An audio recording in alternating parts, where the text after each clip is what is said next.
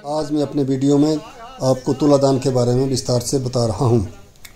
जीवन में तमाम तरह के कष्टों को दूर करने और मनोकामनाओं को पूरा करने के लिए ज्योतिष के तमाम तरह के उपायों में दान का बहुत महत्व बताया गया है। मान्यता है कि दान से न सिर्फ ग्रहों से संबंधित दोष दूर होते हैं, बल्कि इससे पापों से मुक्ति और पुण्य की प्राप्ति भी होती है। सनातन परंपरा में जिन 3 प्रकार के दान का बहुत महत्व बताया गया है, उनमें नित्य दान, नैमित्तिक दान और काम्य दान शामिल है। नित्य दान बगैर किसी फल की इच्छा से के परोपकार हेतु दिया जाता है। वहीं नैमित्तिक दान जाने अनजाने में किए पापों से मुक्ति पाने के लिए और काम्य दान तमाम तरह की कामनाओं की पूर्ति के लिए किया जाता है। इन तीनों दानों के अंतर्गत भी कई प्रकार के दान आते हैं, जैसे कन्यादान, विद्यादान, अन्नदान, तुलादान आदि।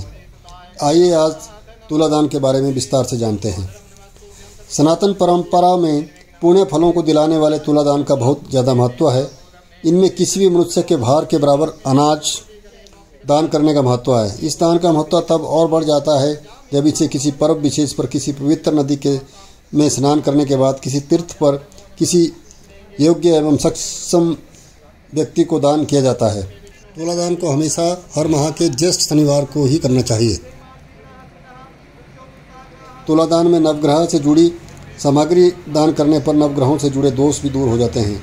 मान्यता है कि तुलादान को करने से मनुष्य की सभी मनोकामनाएं पूरी होती है और वह सभी सुखों को भोगता हुआ अंत समय में मोक्ष को प्राप्त होता है।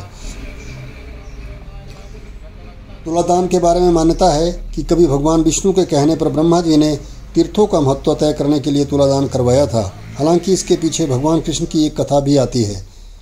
कहा जाता है कि एक बार भगवान सत्यभामा ने भगवान श्री कृष्ण पर अपना एकाधिकार जमाने के लिए महर्षि नारद को दान में दे दिया।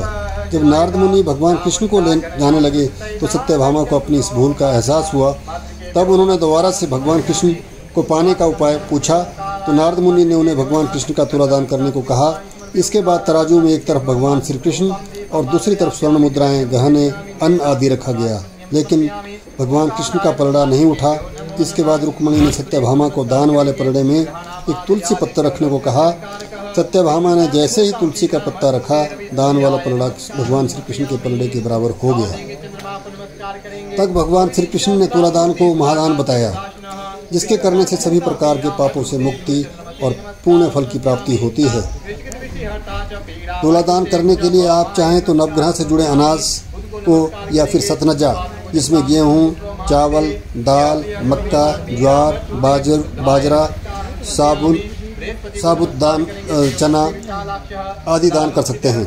इसके अलावा आप चाहें तो आप अपने भार के बराबर हरा चारा तोड़कर रविवार के दिन किसी गौशाला में दान कर सकते हैं। इसकी जगह आप चाहें तो आप पक्षियों को डाले जाने वाले अनाज का तुलादान कर सकते हैं और प्रतिदिन पक्षियों को खाने के लिए डाल सकते हैं। यदि आपको मेरा वीडियो पसंद आता है तो इसे अधिक से अधिक लाइक और शेयर करें तथा मेरे चैनल को सब्सक्राइब करने की कृपा करें। धन्यवाद।